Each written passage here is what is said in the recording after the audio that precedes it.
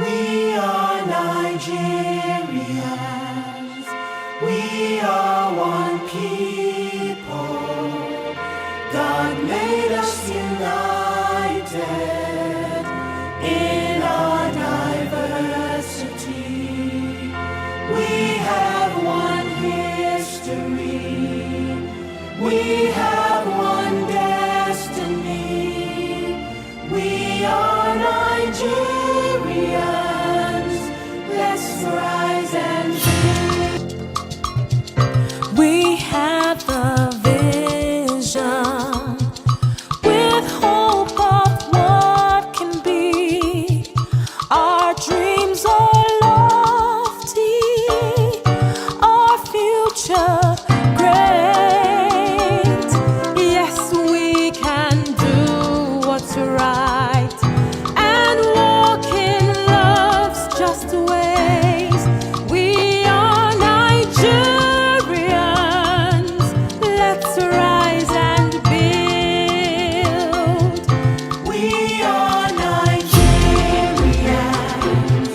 We are one people.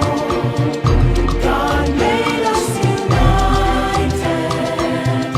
in our diversity.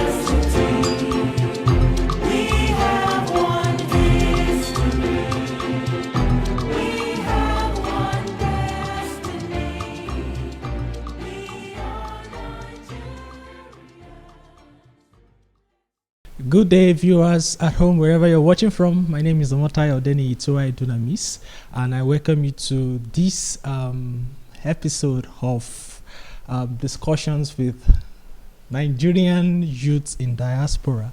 Today we're going to be talking about Nigeria, just Nigeria. We'll be talking about the factors that have limited us as a country, as a people, and as a nation. We're going to be talking about a lot of things that causes the effects and how we can render solution to Nigeria. Of course, we know that Nigeria is the most populous country in Africa, the second, or let me say the seventh most populous in the whole world. As of 2019, Nigeria is a country with the largest economy in Africa before the Corona times. That's the Corona era, of the world. Nigeria is situated in the western part of Africa. To those of us who will be watching or maybe watching from outside Africa, Nigeria is just a part of Africa. Nigeria is not Africa. And Nigeria, we have over 200 million people living in Nigeria. In Nigeria, there are a lot of things going on. The past decade, we've been plagued with a lot of things: Boko Haram, insecurity, unemployment, economic problems in Nigeria. And we're going to be discussing all these things and how we can render solutions to them. On my left side, we have Mabel Hidomi. Mabel is the publicity secretary of the Nigerian Citizens Association in South Africa. I hope I'm right. Yes, you're very right. And then to my right, we have John Adewale Akinwumi. John Adewale Akinwumi is a teacher, a lecturer, and also a pastor in Pretoria. You're welcome, sir. Thank you so much. Yeah, thank you so much. Okay, today we're going to be discussing on, the state of things in Nigeria. Nigeria is 61 years old. Yes, October 1st. October 1st, 1960, we got our independence from the That's true. British colonial or whatever as the case may be. Regime. So we're going to be talking about first insecurity, the state of insecurity in Nigeria, because if anybody should ask a Nigerian, what can you say first about Nigeria, the state of things in Nigeria? The first thing that comes to your heart is going to be insecurity. First of all, I would like John to start. Let's first define insecurity. Okay. Thank you so much, sir, for this opportunity. Insecurity. If I'm to define what insecurity is, I will say it is not the protection of our goods, of our lives. It's not the protection of our goods, of our lives, and our properties. Why? Because insecurity in a layman English should be not being protected by the forces or the people that are in authority to protect the people's life and their properties. So for me, that's what I'm going to define what insecurity is. So, in a nutshell, it has to do with protection of lives And and properties. But so, Yes. lack of the protection is what we Lack call of insecurity. protection of life and property. Do you have any other definition of insecurity? No, I think he has said it all. But if we're in South Africa now, if you ask anyone in South Africa, mostly South Africans, and tell them, do you want to go to Nigeria? The first thing they say is, you want me to go and die there from Boko Haram? They know Boko Haram. That is the first thing they will say to you. So insecurity is when you are not able to be free in your own country. When the police is not able to even protect your rights. Even the police can't even protect themselves from what is happening in Nigeria. Insecurity. I think that was what led to the issue of the NSAS protests. Yes. I mean, Definitely. probably we still have to still make reference to that. So, what do we see? What's the root of this problem? Because now we can see the symptoms, we can see the manifestations of these very issues. So, what can we say is the root, or what government brought insecurity? When did it start? It didn't start yesterday or something. So, what can you say about that? Okay, for me, yes, it did not start right now, but there was a promise that the current President Buhari, Muhammadu Buhari, gave when he was being elected 2015, if I'm not mistaken. He gave a statement and giving us promises about protecting our lives, protecting us from a lot of things that is going to be happening, which is criminal acts and terrorism. But I can verily with my boldness say that 2 years down the line, just 2 years after the election, the whole thing became, it was like they were waiting for him to get into that position before the Boko Haram escalated and the whole threat, and it became something that I don't even know what to say about. But right now, the insecurity in Nigeria has 5 different parts of threats, and this started from 2015, and it's so painful that these 5 different threats moved right from 2015, 2016, even up to 2020, and even right now in 2021, we're still witnessing the threat of the kidnapping, the banditries, and the Boko Haram. We know that it has not subsided yet, but it's still on. So with the likes of the oil militants, the Judaism, it's just so much. So insecurity has been there. Yes, there was quite a lot of protection because the armies were doing what they were supposed to do. The soldiers were doing what they were supposed to do. The police were doing what they're supposed to do. But right from 2015 down to 2020, 2021, it has just escalated and Nigeria is not safe. I'm sorry, you said something about 5 threats or something. Yes, 5 different threats because Can you list okay, them? I can list them, and I believe. Okay, well, let's start with the Judaism.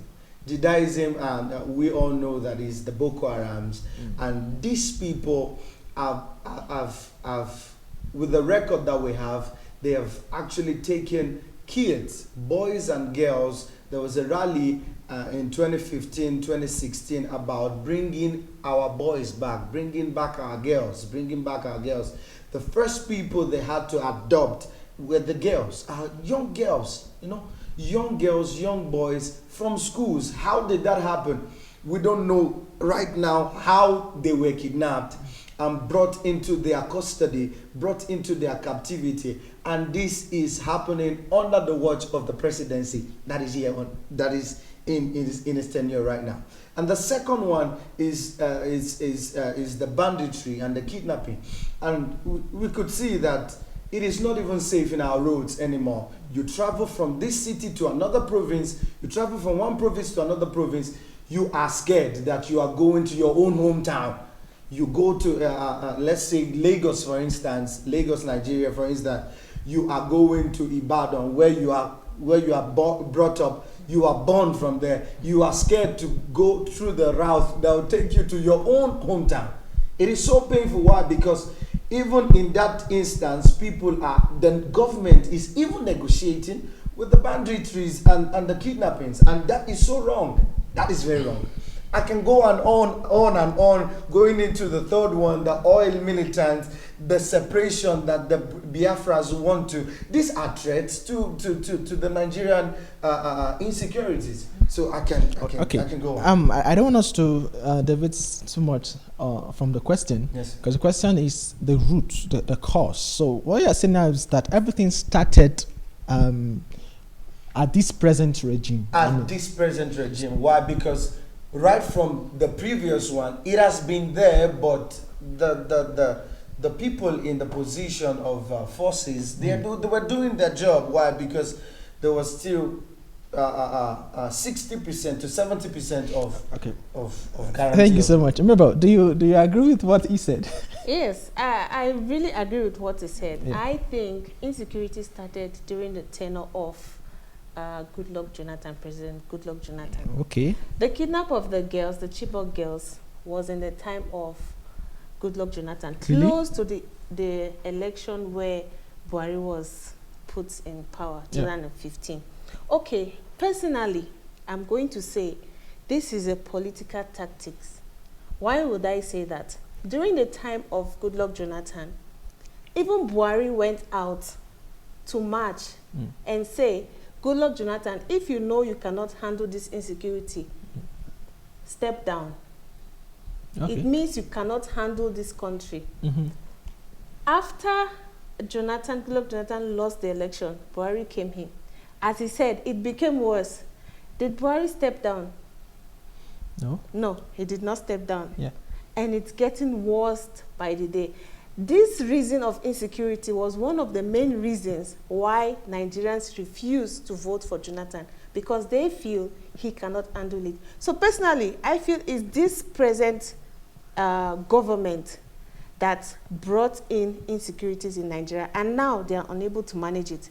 It has spiraled out of control that it is beyond their power to handle, or they are refusing to handle it because there are blackmails. You will notice that it was during Jonathan time that you see those Fulani herdsmen coming in. Mm-hmm. Borders were opened. How was the border opened? Okay. So what from what you're saying now, but then even Boko Haram have been before the era of these two governments. You see Boko Haram, right? They were there even during Jonathan's time. But there were no kidnapping they were rarely kidnapping to an extent where children are kidnapped, raped, impregnated, kept hostage. It started during the tenure of Jonathan. You can't hear in Obasanjo time that there is somebody kidnapped children from his school. You can't hear it. It was when Jonathan took over. I think it's a tactic by the opposing party to say this president is not capable enough. You can't vote for him. Vote for us, we will take care of these insecurities. Buhari promised us that once he entered, insecurities will be gone. What happened? It's still there, and it's continuing that even as at this point, I can't go to Nigeria because I would not be safe. I'm not very rich here, but if you go to Nigeria and you are kidnapped, they're not going to hear that you are not rich. You are coming from outside of the country. You have to have money. She's right. You have to have money. So when you go to Nigeria as someone who is in diaspora, and then you go to Nigeria and you are kidnapped, and you say, I don't have money. I just came with myself and my bags, and you are joking. You call your family to bring the millions of naira that they are asking for. So it's not, insecurity in Nigeria is one of the main major problems. Wow. So but then do we think unemployment contributes to the insecurity problems in Nigeria? Yeah, for me, if I'm to look at it very well, it does. Why? Because, and like she rightly said, it's a political tactics. If I believe if unemployment is dealt with, it will reduce. Like you also said that the Boko Haram has been there before the two tenures, but it wasn't a threat. It wasn't something that was a threat. Why? Because we had people who we could send to war and they will clear that off. But right now, it's now like a business. If you don't get someone kidnapped, you can't make money. And if you don't have to put someone or get some students or put them in a cage wherever they are in a forest, you can't make money. So I believe the youth right now needs to get to business and rally, make a protest concerning unemployment. Okay. Did you say protest? The last time there was protest in Nigeria, you know what happened? I know, because with the NSAS protest, I believe it's not something that had to stop. It was sabotaged. I believe it was sabotaged. True. Because at the dawn of the NSAS protest, it was as though there was hope. Like there was hope for Nigeria. It was as if we have gotten to the end of the struggle. But then it was struggle continue. Okay. Thank you so much, viewers. I know you've been... I just want to say something. No, you said after the break. Oh, we're going on break now? Yeah, we're going on break now. We have to go on break because we need to listen to what... we want to listen to what people are saying on the streets. I know we're going to see one or two things from the street. And when we come back, we're going to be talking about the Islamization agenda or the Fulanization agenda, as some people say, the effects of insecurities in Nigeria and the solutions that we believe that if they are effected, there can be a change. So don't leave your seat. We'll be back shortly. We have a vision with hope of what can be. Our dreams are lofty, our future great. Yes, we can do what's right and walk in love's just ways. We are Nigerians. Let's rise and build. We are Nigerians. We are one people. God made us united in our diversity. We have one history. We have one destiny. We are Nigerians. Anyway, my brother, it's so disgusting and disheartening. Nigerian problem has been existing since 1960, since we got our independence. The so-called nationalists, the so-called elites have been stealing from us. Look at the first central bank of governor of Nigeria, then 1962 or 1963. They call his name, what's it called? Omar Edite,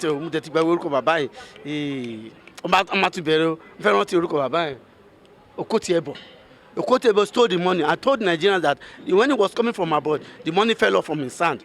It's from inside the plane. So what are we saying about that? And again, concerning the Fulani, banditry, whatever, the northern part of Nigeria have been stealing from us. They have been changing them for so many years. I will not blame them because of the elites who have the southern part of Nigeria. There should be confederation. There should be devolution of power from the south to the southern northern part of Nigeria. Because if everybody stand on his own, you will be able to manage your resources from every state. So therefore, my brother, the level of corruption, stealing, so-called religious problem, ethnicity problem, nepotism is too much. So let everybody pass his way. Before 2020, everybody should go down their own way. Let Nigeria, all Nigerians split into three. So and it has a lot. It has a lot of things. Also, sorry, I will as well add this. Now, Buhari went outside Nigeria before he left Nigeria for UN meeting. He collected money in the name of borrowing money on behalf of Nigeria. He collected money from we don't know where. I don't know. I can't say where he collected money from. All I know is that he collected money and used the money to build a railway from Niger Republic to Nigeria. And again, most of the so-called Fulanis, they come from Niger Republic, Chad, Senegal, and also other part of Africa. They were saying they are saying they left Nigeria in 1968 or 69 because of the jihad war to come and conquer Nigeria. Because when the British was here, when the British was in Nigeria in those days, they conquered them. Because when they got to the northern part of Nigeria, they conquered the emirs, who happens to be the king in Nigeria in those days. They called the people from other part of Africa to come and fight against the emir. Then they now enthroned their own king there. That was the reason why there are like 33 million people in Nigeria. That is why we find ourselves where we are, because they give them too much opportunity. In all sectors they are there, in finance they are there, in everything, ministerial posts they are there. Nobody from the southern part of Nigeria that occupy sensitive position in Nigeria. That's why we find that all over the world suffering. We are here in South Africa, we are all over the world suffering. What are we talking about? Okay, so We become a slave in other part of the world. So what can you say as the solution to the problem now in Nigeria? Anyway, my brother, is either the country is disintegrated. Secondly, they should go for referendum.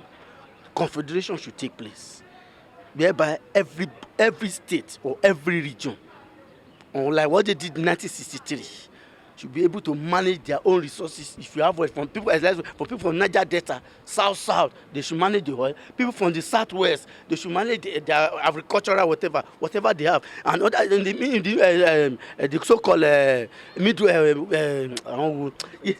belt, they should manage whatever. So let the country be divided. If you still want to be in Nigeria, okay, that's the only solution. That is the only solution I believe that can happen. Well, if you are still saying you are united, you are one Nigeria. There's nothing like one. They are using one Nigeria, the elite and whatever. They are using one Nigeria to steal money from Nigeria, billions and trillions of naira, of which you cannot account for. First and foremost, I would like to say the state of things in Nigeria is worrisome because our family are there. Even if we are not there, our family are there. And the news we read every day, the news we get on social media, on all media platform is not in good news. From the kidnappings, and I believe these things, the government knows about it. If the government does not know about it, are these people spirits? They are not spirits, for crying out loud. They are human beings like us. And okay, if Yahoo Boy they like and they said okay, EFCC went to Yahoo Boy's place, is it not true a means they use? Why can't they use that same means to figure out these bandits? Imagine in Nigeria they go about negotiating with bandits. In which country do you hear that? You know where the bandits are? You start negotiating with them. It's not as if they are holding some people at ransom. They are not holding anybody ransom at the moment. But you just go there and say, because we don't want the bandits to continue, because of this. I'm highly disappointed with what's going on in Nigeria. I can't lie, and I'm afraid to go back to Nigeria in that state. I'm afraid. We are in this country, despite the fact that we are not a citizen of this country. At least our safety is secured to some extent. Yes, aside from the xenophobic attacks or anything, you cannot be going on the road and somebody kidnap you just like that, and the police will not do anything about it. They don't even know what is going on, despite the fact that okay, these bandits they have a means of communication with the government. What sort of country is that? It's another thing if they don't know what is going on, but this thing everybody knows what is going on. They know that okay, maybe it's the Fulani headsmen or it's the what's this called, the Boko Harams or something. So these people are identifiable.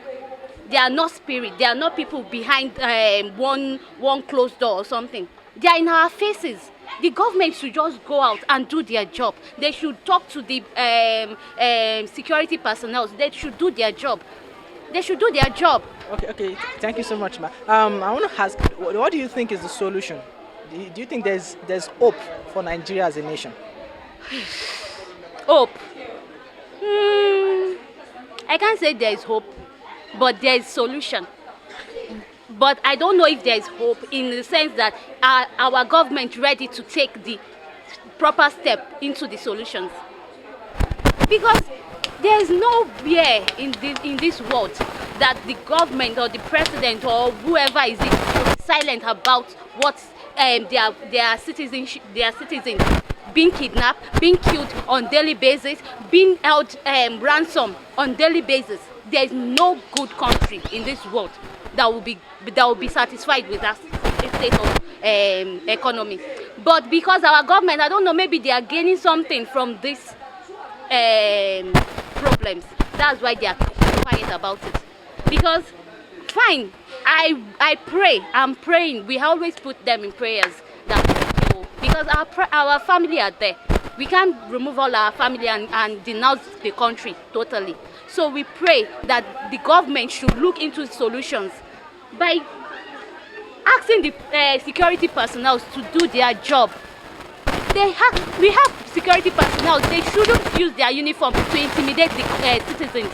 They should use their uniform to save us, to secure our lives, to secure our properties, to secure our businesses. Our businesses are not safe. Our lives are not safe. We can't. My mom told me she can't travel to get stock from Lagos to Onitsha because of the kidnapping stuff. It has affected our business in one way or the other. So the government should just do the right thing. That's what we pray for. But we know the government are not doing anything because they know what's going on and they can tackle the problems if they want to. But I think it's because their children or their immediate family has not been affected by this. So they don't care about the citizens. That's what I think. It's about the state of things in the country. We know many Nigerians in diaspora, they are not happy with the state of things and we are not even ready to go home. And then in spite of the Independence Day that is coming in the next few days, we know that last year this was how we prepared and it led to NSAS. From NSAS, we thought there was hope for Nigeria. But on the 20th of October, there was the problem. And 21st, everybody went back home. So what do you think is the hope for Nigeria as a nation? It's only God that knows the best. Like me personally, I didn't see any hope in Nigeria for now. It's only God. Firstly, how things are going there is it's uncalled for, and it's not. It's something that we are not ready to. It's not ready to get an edge at all, because if you look at the security aspect, people are dying every day, and this is getting worse every day. So for that October 1st issue, I don't think there's nothing to celebrate on that particular day, because a lot of lives have, it has been wiped away without no sorrow for something. So there's nothing for that October 1st. It's just that it has to be normal day, like normal day. People are going to their normal day. So nothing in October 1st for me. Okay, sir. So what can you say about our leaders, the leadership in Nigeria? Do you think the leadership is the problem or the people? You can't say the people, because people they don't have any problem. Fine, there might be one or two people. We are not all good, but the major thing is the politician, the leaders. Those are the problems. Okay, for instance, now see this particular guy they are talking about, Fani Kayode, or what is it called? They call it about. There's an issue of you are in one side, you are on the other side. You come to Yoruba Nation, what is it called, to hear from their own view. You go to APC. Definitely is going to tell them what those guys are planning to do. He's going to go to the party, what's it called, to give them the info of those things. So like those leaders, they are not, they could see what is going on around the country. For instance, here in South Africa, you can see what is going on in South Africa and you see how they are playing their things. But in Nigeria, there's no hope for that. Okay, when they are talking about money now, they are going to borrow another money. Whereas we have already indebted in so many areas already. So now, for outcoming people that are coming, they're going to suffer a lot, because how are we going to get that money back? So the leaders are not doing the right thing. They are not doing good thing at all. They are just there for their pocket and for their family. And if they can still wipe all those leaders, I'm still saying it, somebody have said it before, if they can wipe all those leaders, because it's like generation by generation. When this one's daughter is there, this one's son is there, if they finish, another son will go there. So if they can wipe the whole family of those generation of those leaders, and the people that they don't know anything, people that all those small people that they don't even know about politics to come up, I think things will go better. Okay, so do you think that is the only solution I mean, state of things. The solution, like now, okay. Maybe if there's what's it called? This Yoruba nation thing can come up. Yeah, there might be some differences. Yeah, there might be because we Southern we are going to take care of ourselves.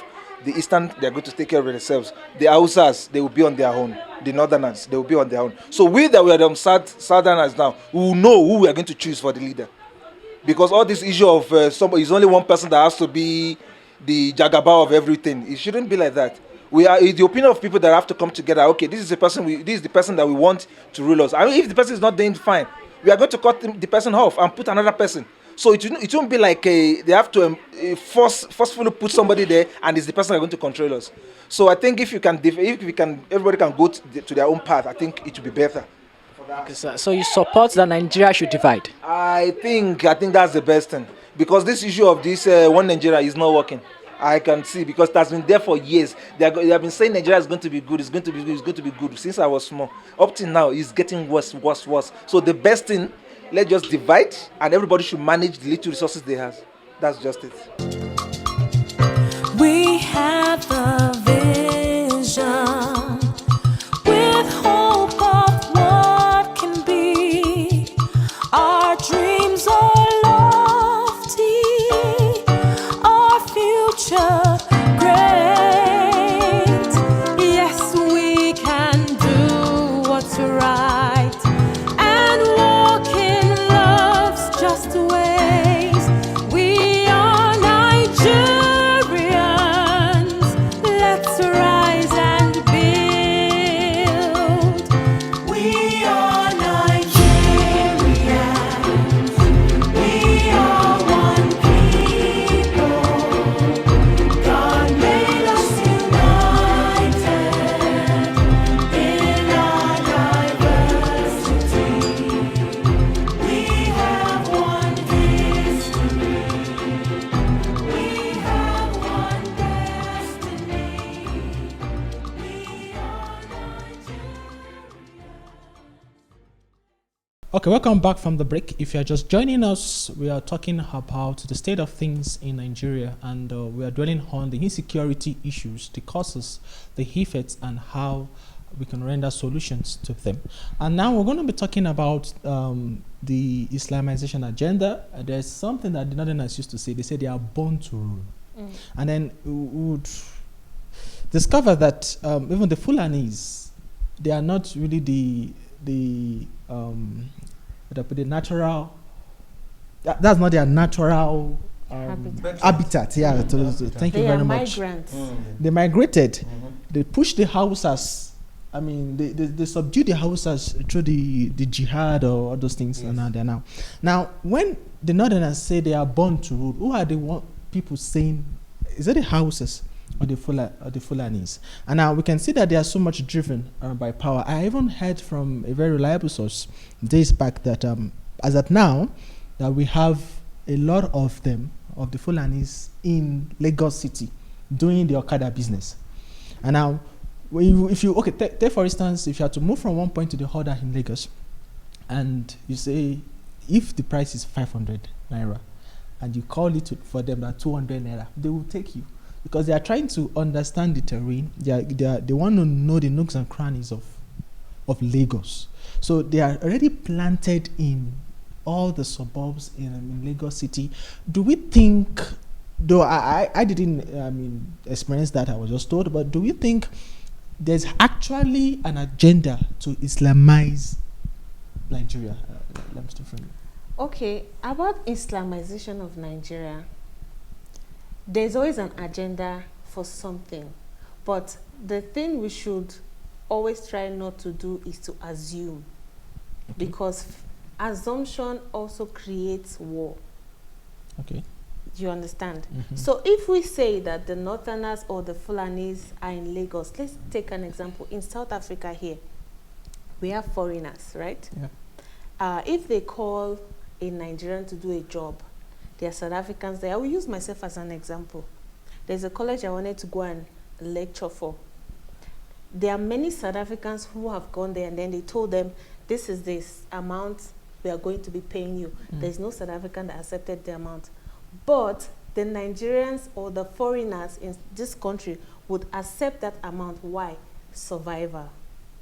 They are not where they can be comfortable. At the end of the month, they have responsibilities to take care of. So they would accept. So for me, if those Okada men takes that price, I'm not going to tag it as an agenda, but I will say it's a survival instinct. But that doesn't mean that there is no agenda to Islamize Nigeria. First of all, before we look at Islamizing Nigeria, let's take a look at the northern part of Nigeria. And let's take a look at the religion of Islam. If you are not an Islam, I don't want to be someone who is trying to castigate a type of religion, but we have to look at reality here, right? Okay. It is normal as an Islam or the extreme Islamist to say you are like an outcast because you are not an Islam. Even those Islams, even if you are a Muslim, they, like a Yoruba that is a Muslim, they will tell them that you are not a real Islam because they don't follow true and true to the practices of being an Islam. So as what we're talking about, when it comes to insecurity, it boils back down to insecurities. If they want to Islamize Nigeria and the government opens their eyes and are waiting, it's going to happen. Even okay. if it's an... sorry that I will have to cut you there. Though I may still have to get back to what you're saying. I want to hear from your side. Do you think that the agenda to Islamize Nigeria, do you think it's true or it's just like propaganda? It's not a propaganda. It's not a propaganda at all. Why do I say so? Because lately in 2019, 2020, they were trying to get into the churches. Okay. Trying to see how the tithes goes up and down and how the offerings goes, having to the churches have to give account to the government, which is not supposed to be so, because at the first place the Muslims doesn't want anything to do with the Christians. So that is just to say that they want to cook up an agenda so that they can submit, the Christians can submit to the authorities of the Islam. Can I disturb you? Okay. I just want to disturb you so that you don't move out of the point. Okay.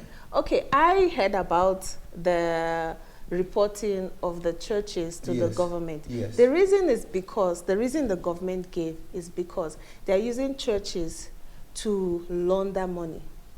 So that was the main reason why they say churches has to report. Secondly, they feel that the money coming into these churches is a lot and Nigeria can make money from churches. They are looking at the money that they would make if they tax this Christian organization. But I don't feel it's because of Islamization. One of it, why do I say so?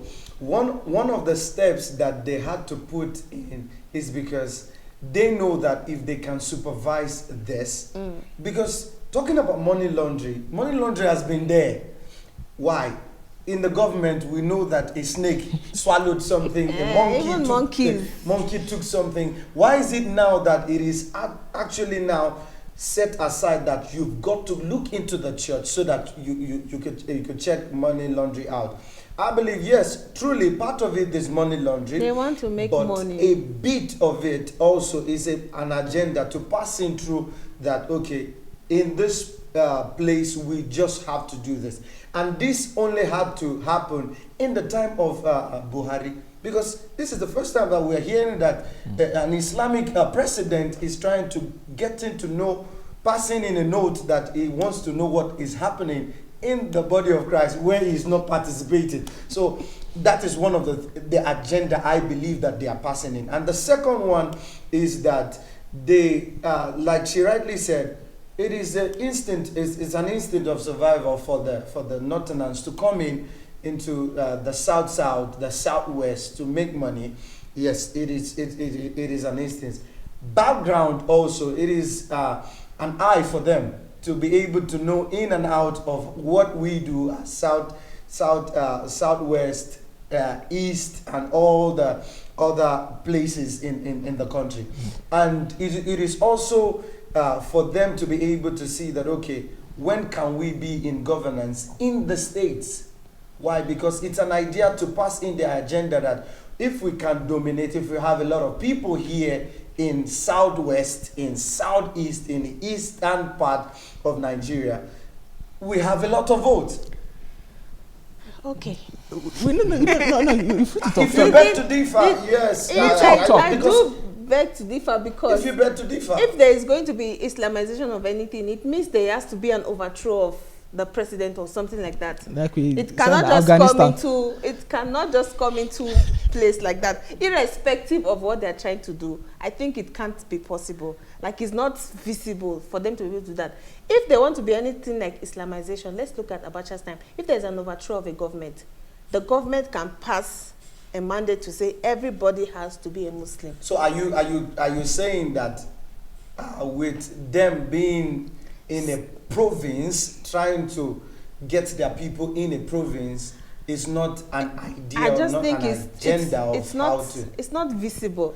You were talking The about reason Lagos, why I'm saying right? that, the reason why I'm saying that, it is, I believe if something is 40 to 50%, it's something. Why? Because if they can get their people, these people, the Fulani people, they don't want to know if you speak their language or not. So far you are there that you speak their language, they want to put you in. They believe that whatsoever you're going to do, you're going to do it for them. You're going to do it to their benefit. Once they say that this is how it needs to be, this is how it needs to be. So if they can get their people in each provinces, I believe that that is an agenda being passed in. Because it's a vote. It's about the vote, and it's about, now it's getting critical because 2023, they see that once people are getting their voters card, it's going to be something else, and they don't want to chase these people from the province. And like she rightfully said, it's an instinct of survival. You can't chase them out of the province where they came to make money for their families. But truly and truly, You it is see an agenda exactly passed what in. he's saying is the problem we are facing in South Africa. Do you get? Because this South African comes out and they start xenophobia. Why? Because they have this mentality that we are taking their this, we are doing this, there's an agenda. One day Nigeria will be a president of South Africa, blah, blah, blah, blah, blah, like that. This kind of mentality is what causes war. People get agitated when something is not even close, even if there is a plan. Let me give you an example. If there is going to be an Islamization of Nigeria, as I said, there is going to be it's going to start from the top. You don't even need Northerners to be anywhere else. You don't need it. The top is going to send soldiers or the military. You can't do what you can't do because it came from the top. So do you believe that it has not started from the top? Let's take, for instance, the House of Rep. Please tell me. We know. I know that most of the people there are Northerners. Let's talk about some of the south. These are Northerners also. Okay. A bit of them. Why? Because the ruling party, we all know that the ruling party is APC. And who is the president? It's from APC. Okay, just let me say one thing before you continue, TY. Okay. You see in Lagos, Yes. there are crimes. Now, Boko Haram is in the north. Yes. In Lagos, now they are kidnappers. Do you know that they are going to call a whole street and tell them, we are coming to rob you this night? Not Northerners, not headsmen, not militants. Lagos people, armed robbers, they are there. They will call you and tell you they are coming. If you like run away from your household, they will break your door and take what they want to take. So what am I trying to say? Before we look at the people coming in, let us look in our present community and say, what is wrong here? If we are not threatened in our own community, we can't be threatened by that side. Like now, there is by some certain government that there should not be any open field grazing. Why? I believe that. I'm not saying it's not Islamization. Yes. They are just mentally, I think they're mentally deranged.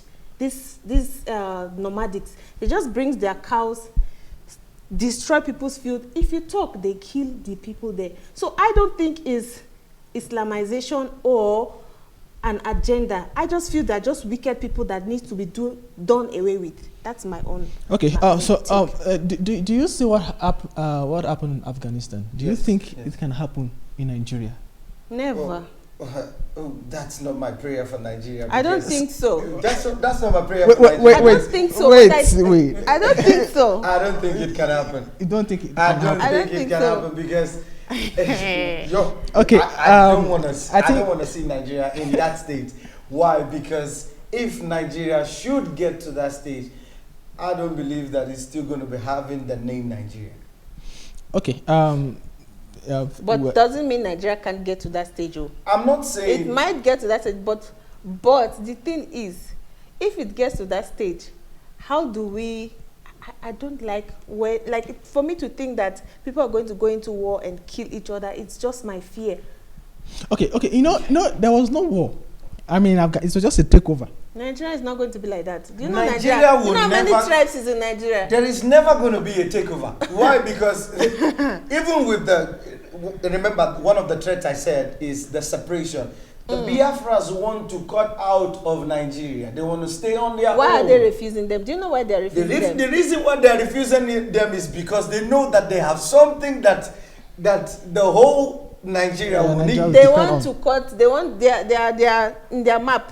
There's the oil well. There is, Yeah. Alright, you so see, so they know that if they can cut out these people to stay on their own, the oil is not going to get through to the so-called There's some Nigeria. parts, Because why? some other One of parts. immediately Biafra gets on their own. They are a country on their own. Okay, and actually, I think most of the resources in Nigeria they are in the south, east, west. do you side know of- that the north they share more money to them than the south? Okay. I think we'll have to continue this next week. Our viewers at home, I believe that you've gotten one or two things. Sorry we couldn't even bring some solutions, but I'm very, very sure that in the next episode, next week, we're going to be coming with solutions and, of course, discuss a few effects of what this is causing in Nigeria. Thank you so much for making it a date with us, and thank you so much Thank you so for much for the discussion having so me. far. So join us same time, same station next week. Bye-bye. Bye.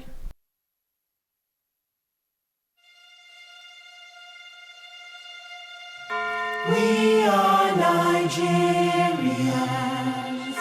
We are one people. God made us united in our diversity. We have one history. We have one destiny. We are Nigerians. Let's rise.